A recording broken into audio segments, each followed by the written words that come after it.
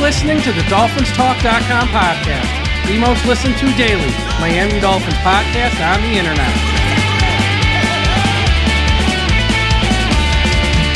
Miami's got the Dolphins, the greatest of all. Come on, Dolphins fans. Time to fins up. We're in the air, we're on the ground, we're always in control. And when you say Miami, you're talking Super Bowl. Cause we're the Miami Dolphins, Miami Dolphins, Miami Dolphins number one. Miami Dolphins, Miami Dolphins, Miami Dolphins number one.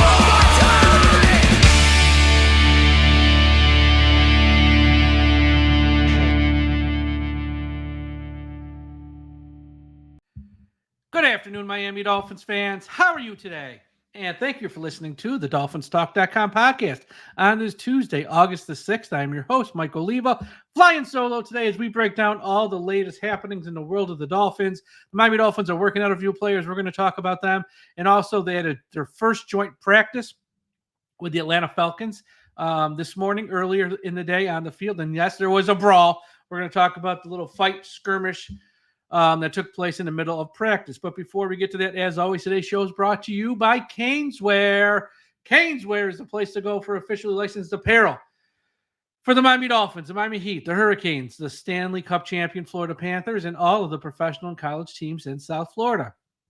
Looking for the latest jersey, a gift, or the newest hat to hit the market of your favorite South Florida team? Check out Caneswear for their overwhelming selection of sports apparel. Located at 2655 South University Drive in Davie, Florida, Caneswear has it all. Not in South Florida? Don't worry. Visit Caneswear.com to shop their inventory from the comfort of your own home. And yes, they will ship internationally as well. Caneswear.com is the spot that Miami fans shop. That's Caneswear.com. Caneswear.com. Excuse me. And one bit of housekeeping. Yesterday on Monday, we announced the launch of Dolphins Talk Extra. And if you're not sure what Dolphins Talk Extra is, let me take 1 minute here real quick to explain it to you.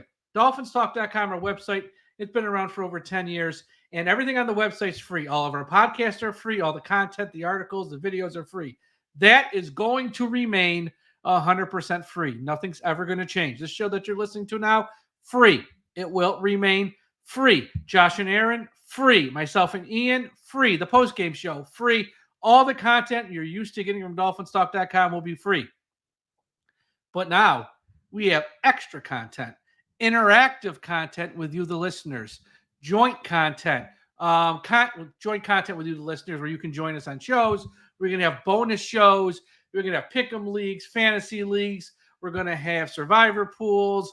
We're going to have so much extra stuff, hence extra, that if you join our Patreon service called Dolphins Talk Extra, for the low price of $3 a month, you got a chance to come on shows with myself, Josh, and Aaron, talk to us. We'll do shows non-football related. We'll do shows about TV shows, movie, topical stuff. But we're also going to do Miami Dolphins shows where you guys can join us on the shows. We have two tiers, a $3 tier and a $5 tier. Again, patreon.com/Dolphins Talk. Check it out. Join us. It's going to be a lot of fun. That's the point of this. This extra content is going to be a little bit more interactive with you people who have supported us all these years and listened to us all these years. And you can join us on shows. And if there's a watch along, and I'm watching the week 4 game between Miami and I forget who they play week 4. I think Tennessee. You can, as the game's on live, hop on with me and Josh maybe. And okay, it's 3rd and 1 here. What do you think Miami should do? And you can join us live when the game's being played and talk to. We have a lot of interactive stuff on this Dolphins Talk Extra Patreon service. So check it out, try it out, tell us what you want, tell us what you don't like, and we will cater this to you, our avid listeners. Okay, let's get to the news. The Miami Dolphins are working out players. Now, Aaron Wilson, NFL insider, great NFL insider, he is reporting all these moves. So let's start with the one that's going to happen tomorrow. The Miami Dolphins are working out former Cleveland Browns wide receiver Mike Harley Jr.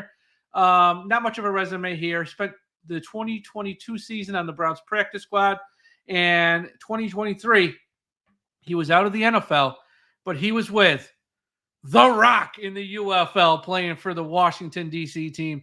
So training camp body, Anthony Schwartz has had a few drops here in the recent days. Malik Washington's been okay. Braxton Berrios didn't practice today. So I don't know if Miami is completely happy with their wide receiver depth. Obviously, outside Hill and Waddle. OBJ still on the pup list. Eric Uzakam is injured.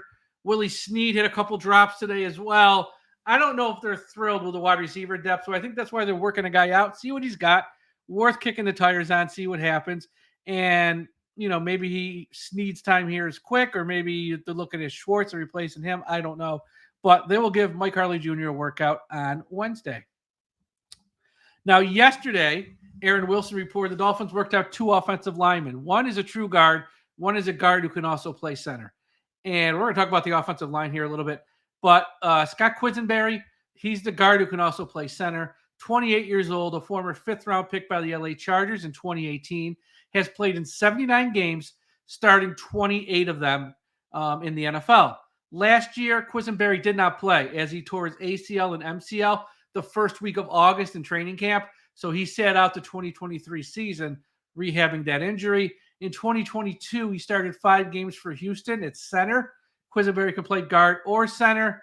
So, and remember, the Dolphins also signed Sean Harlow over the weekend, who's a center who spent time with Atlanta and Arizona primarily, but also was with the Cowboys and the Giants and about 5 other teams, the Colts, I think. So they worked out another guard center. Then they also worked out guard Justin McCray, who went undrafted in 2014. And since he's been in the league, which is 10 years now, played for the Titans, the Packers, the Browns, the Falcons, the Texans, and the Panthers. He was out of the NFL in 2016 and 2017, where he was in the Arena League. But around 2016, 2017, before and after, he bounced around between all those teams. He has played in 80 career games and has 31 NFL starts.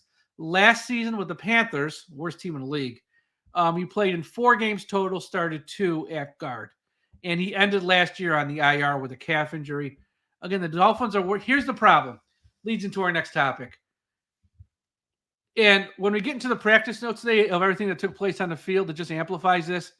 Miami's offensive line stinks. And I know right now it's August 6th. You're saying, oh, it's only August 6th. The offensive line stinks.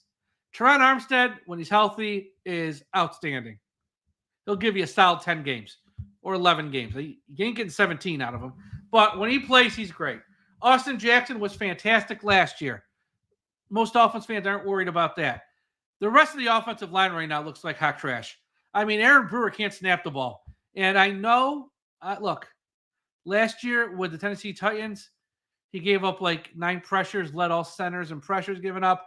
I think a lot of fans of Dolphins cut him some slack because it was Will Levis, rookie quarterbacks. Rookie holds onto the ball too long. So there's that issue. We're not even at that issue yet. We can't get past the snapping issue. So Aaron Brewer can't snap the ball. But here's the deal. He's going to start at center because we got nobody else on the team who can snap the ball. We tried Meyer. He can't snap the ball. Jack Driscoll can't snap the ball. Oh, my God. It's causing me to cough, all these issues.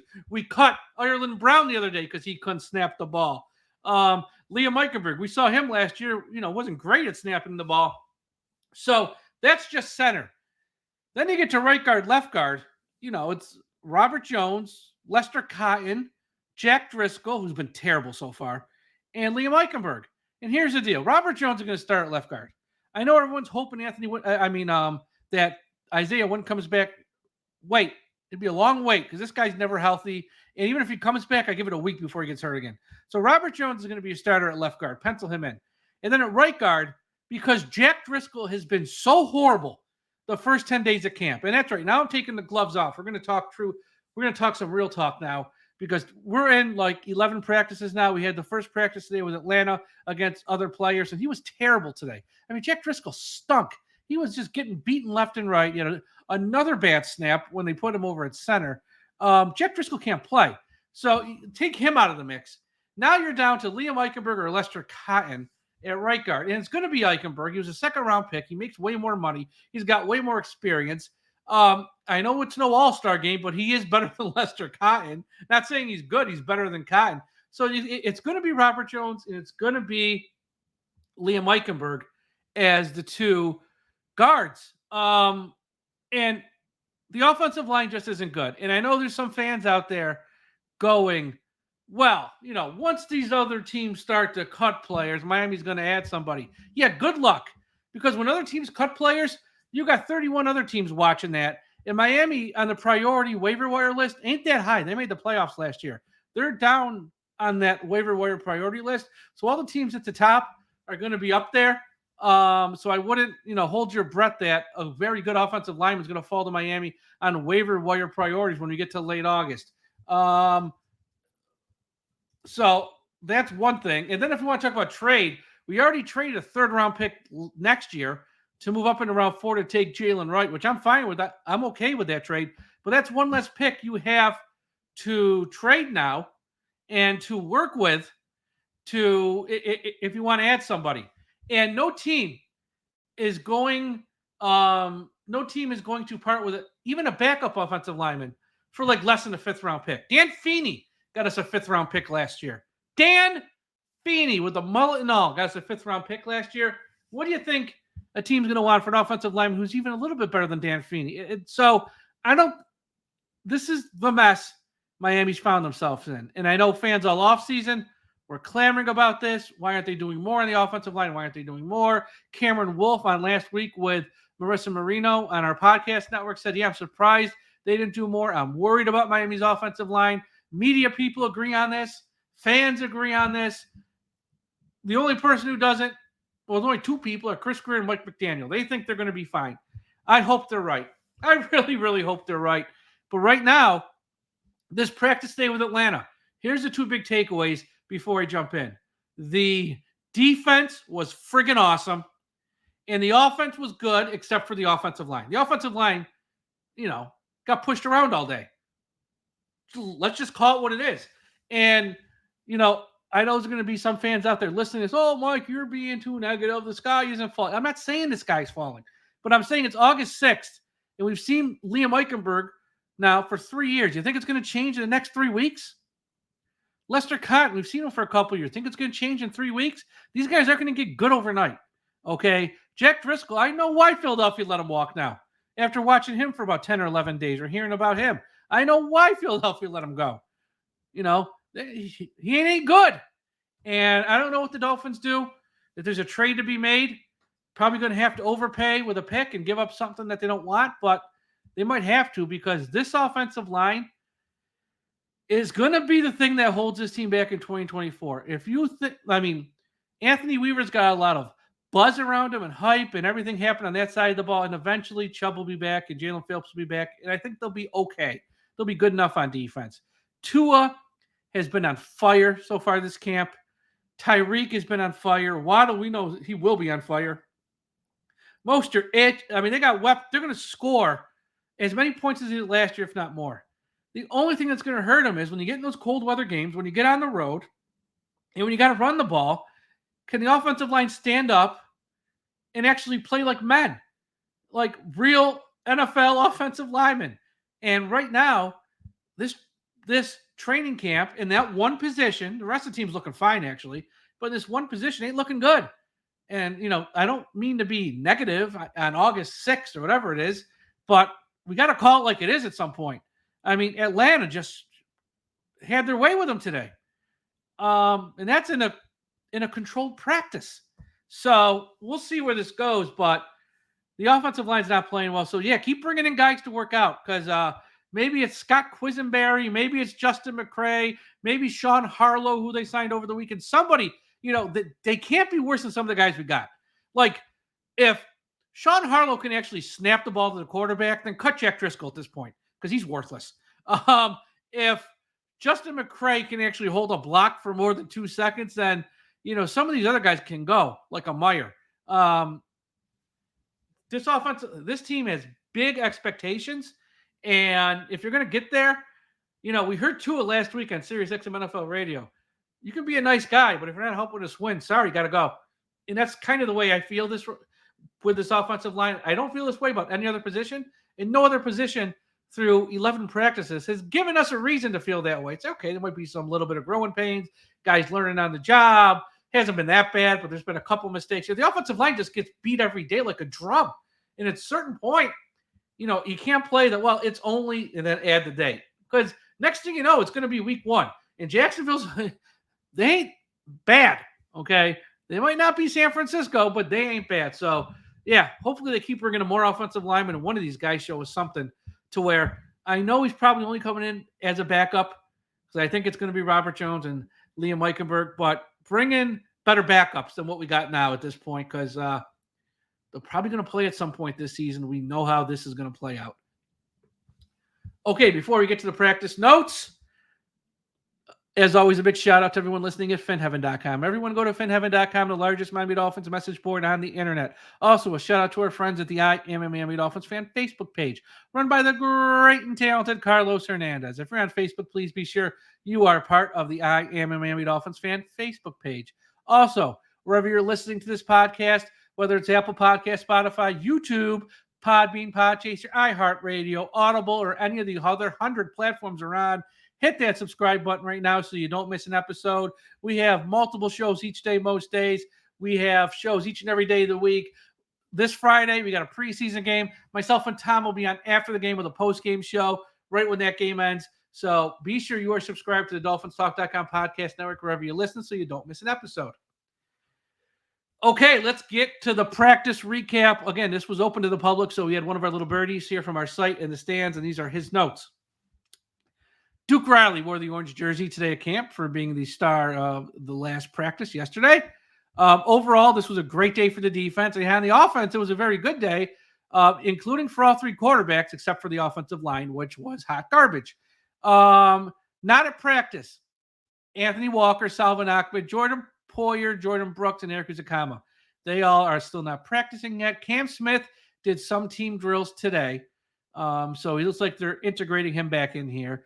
Jaylen Ramsey practiced with a compression sleeve on his left leg, and Jaylen Waddle watched practice in sweatpants. Seemed like a veteran rest day there. Teron Armstead did dress, but he watched the drills for most of the day on the sideline and did some light running. Okay, let's get into some of these plays here. Tua hit River Craycraft over the middle. Skylar Thompson hit Willie Snead for a pass over the middle. Mike White hit River Craycraft again on the sideline. Lester Cotton opened up a nice hole for Jeff Wilson to break off a decent run. Falcons running back Bijan Robinson was stopped by David Long for about only a 2 to 3 yard gain. Tua missed Tyreek on a pass over the middle that was just outside of the reach of his hands.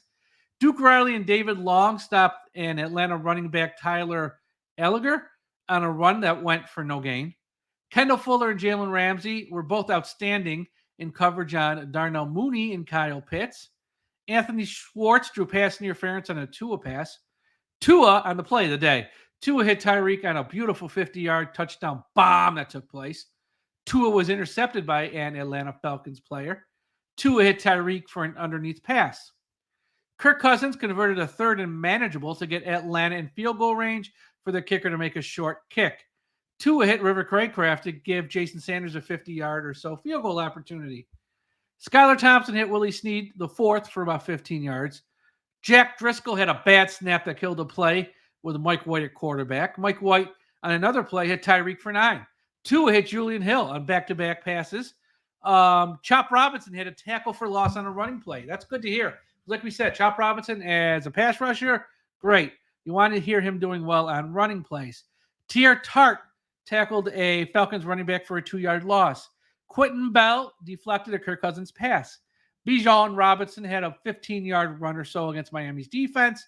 Braxton Berrios was there, didn't really practice. So Devon Achane was returning kicks, and he had one very nice return for a decent gain. Patrick Paul had himself a day. So I'm killing the offensive line. I want to put a spotlight on Patrick Paul. He had a pretty good day today, actually. He's the one guy. Patrick Paul on one-on-one drills versus Lorenzo Carter. Paul got the better of Carter on consecutive plays, a few consecutive plays. Paul, in all the one-on-one drills today, Patrick Paul won all of his reps except for one, and on the one he lost, he slipped. So everyone else is hot garbage. Patrick Paul, he played well today. Tua hit Tyreek McGowan for an 18-yard gain. Aaron Brewer had a slow snap to Tua, shocking. Andrew Meyer had a snap that went over the quarterback's head for Miami, another bad snap. Mike White hit Malik Washington with a bullet. Lorenzo Carter sacked Tua in the red zone when Miami's offensive line was demolished on the play. Miami's defense did not force a turnover on the day. Michael Penix Jr., the rookie for Atlanta, the quarterback, threw a 4-yard touchdown to Ross Dwelly. Jason Mateya for the Dolphins had a solid day with a few pass breakups. Chris Brooks hit a 10-yard run. Raheem Mostert had a 4-yard run. Tua hit Tyreek on a 5-yard dump pass. David Long almost had an interception on Kirk Cousins. And then we had the brawl. That's right, the brawl for all. Here's what happened. Drake London, the wide receiver for the Falcons, caught a pass and then shoved Ethan Bonner to the ground. And then after that shove happened, another Dolphins player, unsure who, ran in and pushed London. And then all hell broke loose on the practice field. Both teams, the benches, everyone ran out in the field, started pushing and shoving. There were some punches thrown. Not sure who was throwing the punches. Nobody was hurt. The whole thing only lasted like a minute, if that. Probably less. Then it was broken up. But yeah, that's what caused the brawl. Drake London pushed Ethan Bonner. Then another player, Dolphins, pushed Drake London, and the benches cleared, and all hell broke loose. So that's your brawl. First sort of practice scrum there for the Dolphins this season. Willie Snead dropped 2 passes today for the Dolphins. The Dolphins defense dominated in 11-on-11 plays and 11-on-11 drill. They gave up 8 yards on 8 plays. Hello. Dolphins defense was very good today. Robert Jones, the starting left guard, actually won all of his one-on-one matchups and drills today. And even he won some reps against Grady Jarrett, the best Falcons defender. Jack Driscoll got beat so bad that a running play got blown up by a Falcons defender. Shocking. And Javon Holland and Kendall Fuller broke up a pass in the end zone. So overall, again, the offense, aside from the offensive line, good stuff, good vibes. The defense, great stuff, great vibes. The offensive line stinks. And, again, I'm sorry if that first part of the show I came off really negative and people say, I understand, but at some point you got to just call it what it is. The offensive line's been bad for years. It continues to be bad. We're going to go into the season with Robert Jones and Liam Eichenberg. There is no competition. I wrote an article about this up at DolphinsTalk.com. You can read. There's no competition because aside from those 2 plays, you can't start Jack Driscoll. He's going to be lucky to make the team. He's been that bad. Lester Cotton stinks. There's nobody else to start, and they're not going to add someone off the street in a month and have them start week 1. It's going to be Robert Jones left guard, Liam Eichenberg at right guard. Maybe they, they're going to keep working guys out. Maybe they sign someone like they did Sean Harlow. I don't know. But, yeah, they got an offensive line problem, Miami. And, they navigated around it last year. They're going to have to navigate around it this year. Hopefully Armstead can give you more games than he did last year. Hopefully Isaiah Wynn can come back. When Wynn comes back, have him be a backup. Because Wynn can play tackle or guard. Not great really either. But he can play right, left, tackle. You can slide him around, and if he's not playing, the odds are he won't get hurt. You only want to play. You want Wynn off the bench. You don't want him starting because if he starts, he ain't going to last. I don't need a crystal ball. You just look at his resume. His years with the Patriots, last year with mine, he won't last. So I would have Wynn come off the bench. What I would do, but I know they won't. Kendall Lamb can play guard. He has in the past. You want your 5 best linemen on the field. Work Lamb at right guard, left guard. See if he can win one of those jobs. And then, when something happens to Armstead, then you slide him out to left tackle. But I don't want to play him as much as possible because I think he's probably better than Jones and Eichenberg, but they're not going to do it. They're not going to do it. I want your 5 best offensive linemen on the field. They don't see it that way. So it is what it is. But, yeah, the offensive line is a worry, and we'll see if either of the guys they worked on Monday they sign or if they keep working out more guys. I don't know. But I would expect to see them continue to work out offensive linemen.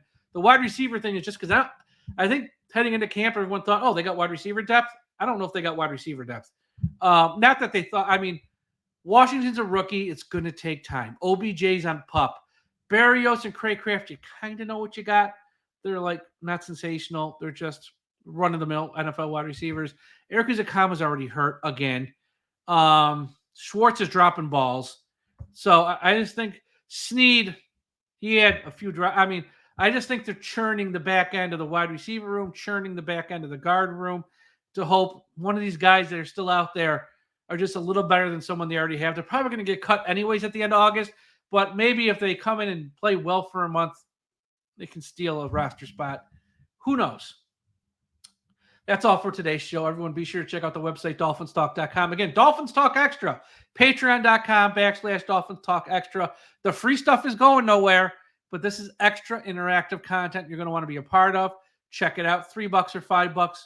And check out Dolphins Talk Extra. Wherever you're listening to this podcast, hit that subscribe button. Spotify, Apple Podcast, iHeartRadio, Audible, Podbean, Podchaser, YouTube. If you're on YouTube, smash that like button too. Hello. Always smash the like button. And that's it. We'll talk to you again tomorrow. Everyone have a great Tuesday evening, great Wednesday morning if you're listening then.